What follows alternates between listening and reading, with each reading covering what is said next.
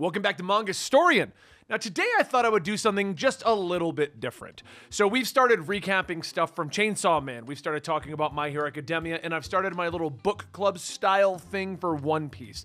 But I don't want to turn this channel into only me talking about One Piece, My Hero, and Chainsaw Man. That's why I decided to talk a little bit about Alice in Borderland, and I made a video about the Nier manga. Well, today, I'm going to tell you about another one that I'm reading because I'm trying to convince Dan, one of our producers here at the channel, to join me by reading this book. And I thought it'd be fun to tell you guys about Yakuza Reincarnation. There it is.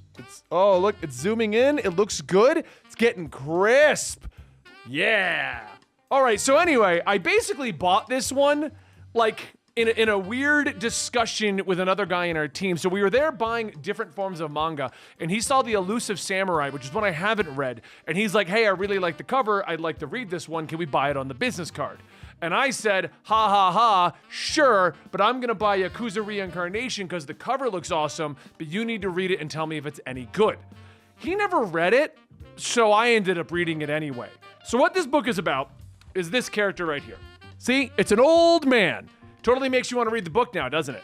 You see, this old man is an old hat in the world of Yakuza. He's like one of the old people who he's done it all, he's seen it all, and he gets all the respect from the Yakuza family.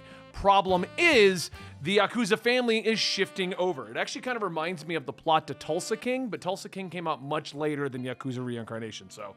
But basically, this old member of the Yakuza is basically telling the youngsters how they should be doing their jobs. And they're like, no, we know how to do Yakuza. You're just an old man who doesn't know what he's doing.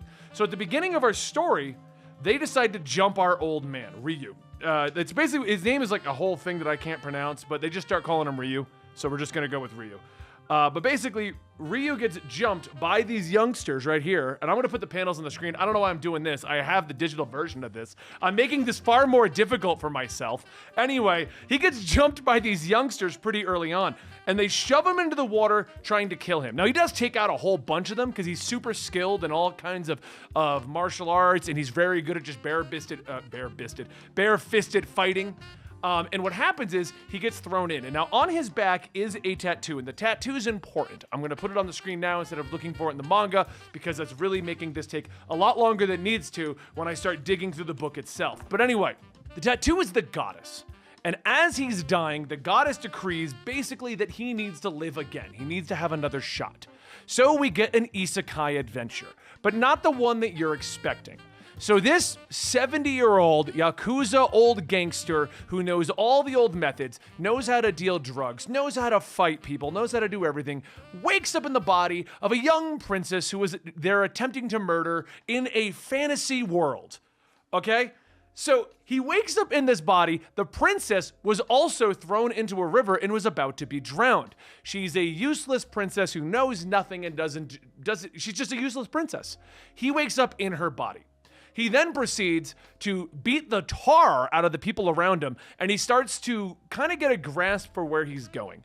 Now, you would assume a 70-year-old man waking up in the body of a young woman that we would spend a lot of awkward time with fan service and stupid stuff, but the story actually doesn't do that. We have a couple chapters in the beginning where he kind of like realizes he's now in the body of a young girl, and then he just rolls with it. He's like, oh, so I'm a princess now. Take me to the town. The guard who's supposed to be guarding him, he's like, oh, so he sees the guard who's supposed to be guarding him, and there's this elf that's with him, and she's like the handmaiden, basically. And he's like, okay, so you're just my gang. You're my bodyguards. Come with me. We're gonna go to town. The first adventure they go into is they enter into the town, and they discover that there's this young girl who's being tricked by this old man to basically like sell drugs, but they don't know that they're drugs. So Ryu, in the body of the princess, goes over to find where all of these drugs are coming from and realizes they're all snorting cocaine.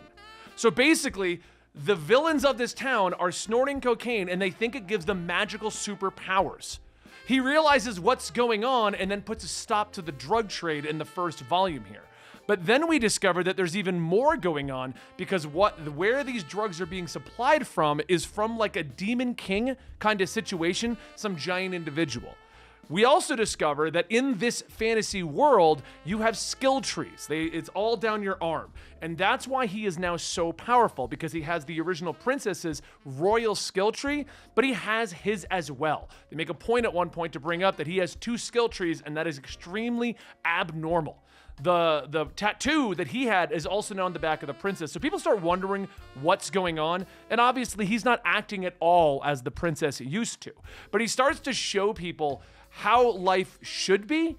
And basically the princess was garbage. She ignored all the problems. She didn't help with anything. But now Ryu's over here taking charge, putting these people in charge, getting rid of the bad leadership, stopping the drug trade. And he's taking this as a second chance to reincarnate and prove himself. So the first volume is actually really good, and I did want to show this piece of art right here, and I've had my finger in that spot this whole time, and I'll show it to you here just because I've held this spot in the manga the whole time. So I just want to show it instead of pulling up the digital image. But isn't that artwork awesome? Yes, that's what I thought so. It's also very animated when they actually get into the actual fight sequences, but we also deal with a lot of demons, and I'm going to show some of the scenes of the demon fights right here. So anyway, the book then moves forward, but the team then goes around basically fixing problems that the princess had let get bad. And we start to discover more and more drug problems, more alcohol problems, more demon problems. And we also get to explore this fantasy world. They go to the world of the elves, and they go to the world of I don't know what the world was called, but basically it's cat people. The cat girls are everywhere and stuff like that. He builds like a steam house at one point because he just wants to go to a bathhouse like he did when he was Yakuza. And then you get the funny jokes of he has no class as a young girl who's a princess. So he's constantly like, oh, you know what? Whatever. I don't care how I look. And they're like, princess, close your legs. He's sitting cross-legged. It's a constant joke that he sits cross-legged everywhere. And then it gets even funnier because in volume 4, we meet the mermaid people who are, that's 3. Volume 4, we meet the mermaid people. And in this one, they're also kind of weirdly sit cross-legged. It's a weirdly explained to be like an abdominal muscle thing. And he's like, no, you need to sit like a lady. What are you doing? But basically, we go across this fantasy world with this old Yakuza guy in the body of a princess and his 2 followers. And the adventure just starts to unravel as he tries to find out what was going wrong with this world and just kind of fixes it. But he's not going around with the intention of, I'm gonna fix the world. He's just going around fixing what he has deemed wrong. Hey, I've got a second chance at life. I'm going to travel the world, and that's a problem. Let's fix that. It eventually leads to like the royal family figuring out that the princess that was supposed to have been killed, because there's an individual in the royal family that arranged for that the princess isn't dead, and they start tracking them down. And then by 4, we've now turned into they've deemed the princess isn't the princess because of how he's acting as the princess. So they're chasing down what they've deemed the doppelganger. So I don't know where it's going to unfold. Apparently, this has been coming out not in Shonen Jump, so you can't read the chapters over here. And if you can, let me know in the comments down below so I can get even more caught up. But there are 8 volumes in Japan right now, and we've got 5 is coming out real soon. So I just wanted to talk a little bit about this because it's probably one of my favorite no one's heard of it manga. I'm reading this one and I got another one I want to talk about real soon.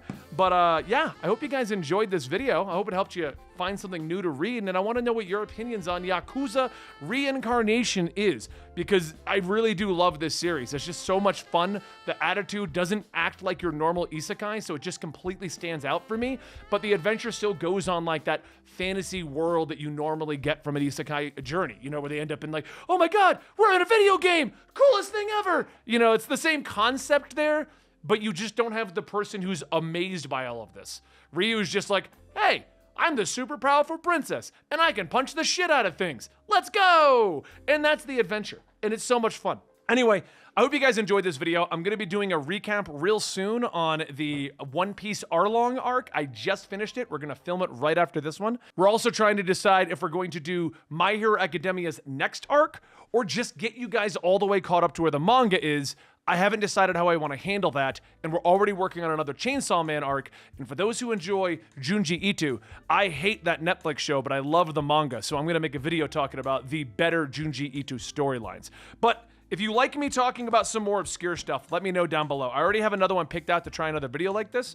It's called Level 1 Demon Lord in a one-room hero or something. The name is stupid, but it's an awesome book. Anyway, I'll show it to you guys soon. Thanks. I'll see you next time.